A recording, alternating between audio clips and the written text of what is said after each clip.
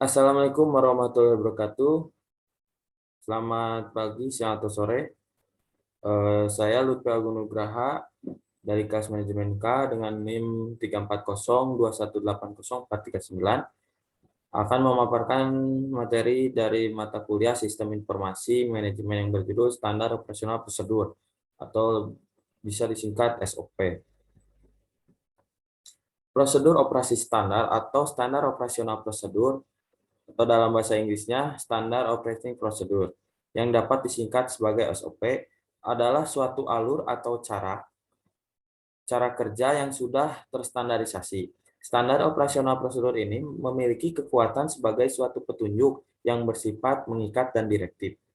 Hal ini mencakup hal-hal dari operasi yang memiliki suatu prosedur atau langkah-langkah tertulis yang pasti. SOP disusun sesuai dengan kebutuhan, visi dan misi masing-masing perusahaan atau organisasi dengan tujuan yang berbeda-beda. Selanjutnya, menurut Sailendra, standar operasional prosedur atau SOP adalah panduan yang digunakan untuk memastikan kegiatan operasional organisasi atau perusahaan berjalan dengan lancar. Fungsi dari standar operasional prosedur. Fungsi standar operasional prosedur diantaranya itu: 1. Memperlancar tugas petugas atau pegawai maupun tim atau unit kerja. 2. Sebagai dasar hukum jika terjadi penyimpangan. 3. Mengetahui dengan jelas hambatan dan mudah dilacak. 4. Mengarahkan petugas atau pegawai untuk sama-sama disiplin dalam bekerja. 5. Sebagai pedoman dalam melaksanakan pekerja rutin. Manfaat standar operasional prosedur. Menurut Permenpan nomor per/21/M/11/2008 dinyatakan manfaat SOP diantaranya itu sebagai standarisasi cara yang dilakukan dalam penyelesaian pekerjaan khusus, mengurangi kesalahan dan kelalaian, menjadikan staf lebih mandiri dan tidak tergantung pada intervensi manajemen sehingga akan mengurangi keterlibatan pimpinan dalam sehari-hari. Meningkatkan akuntabilitas dengan mendokumentasikan tanggung jawab khusus dalam melaksanakan tugas. Menciptakan ukuran standar kinerja yang akan memberikan pegawai cara konkret untuk memperbaiki kinerja, serta membantu mengevaluasi usaha yang telah dilakukan. Selanjutnya, menciptakan bahan training yang dapat membantu pegawai baru untuk cepat melakukan tugasnya. Selanjutnya, menunjukkan kinerja bahwa organisasi efisien dan dikelola dengan baik. Menyediakan pedoman bagi setiap pegawai di unit pelayanan dalam melaksanakan pemberian pelayanan sehari-hari. Menghindari tumpang tindih pelaksanaan tugas pemberian pelayanan. Membantu penelusuran terhadap kesalahan prosedural dalam memberikan pelayanan, menjamin proses pelayanan tetap berjalan dalam berbagai situasi. Di sini arti dan lambang flowchart dalam membuat SOP. Yang pertama adalah flow direction symbol, yaitu simbol yang digunakan untuk menghubungkan antara simbol yang satu dengan simbol yang lain. Bisa disebut juga dengan connecting line. Selanjutnya terminator simbol, yaitu simbol untuk permulaan atau akhir dari suatu kegiatan.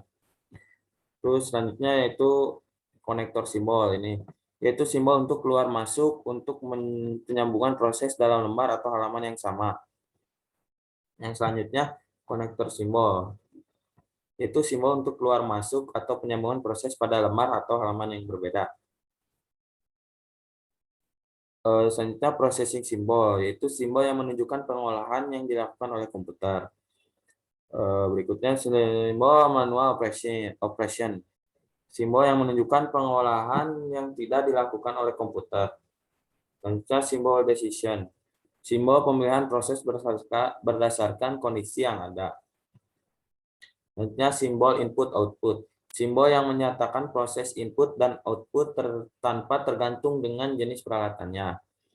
Selanjutnya simbol manual input, simbol untuk pemasukan data secara manual online keyboard. Selanjutnya simbol preparation, simbol untuk mempersiapkan penyimpanan yang akan digunakan sebagai tempat pengolahan di dalam storage. Simbol predefined process, simbol untuk pelaksanaan suatu bagian atau subprogram atau prosedur. Simbol display, yaitu simbol yang menyatakan peralatan output yang digunakan, yaitu layar, plotter, printer, dan sebagainya. simbol disk and online storage, yaitu simbol yang menyatakan input yang berasal dari disk atau disimpan ke disk. Simbol magnetic tape unit, simbol yang menyatakan input berasal dari pita magnetik atau output disimpan ke pita magnetik. Simbol punch card, yaitu simbol yang menyatakan bahwa input berasal dari kartu atau output ditulis ke kartu. Simbol dokumen, yaitu simbol yang menyatakan input berasal dari dokumen dalam bentuk kertas atau output dicetak ke kertas. Selanjutnya ini adalah contoh standar operasional prosedur di suatu coffee shop. Yang berawal dari konsumen memesan di kasir, terus kasir menginput pesanan, terus data pesanan ini sampai ke bar, lalu barista membuat pesanannya. Setelah pesanannya selesai, waiters langsung mengantarkan pesanan kepada konsumen. Setelah konsumen selesai, konsumen membayar tagihan pesanan, dan selanjutnya kasir memberikan struk pesanan dan selesai. Materi dicukupkan sekian. Terima kasih kepada semuanya yang telah melihat video ini. Wassalamualaikum warahmatullahi wabarakatuh.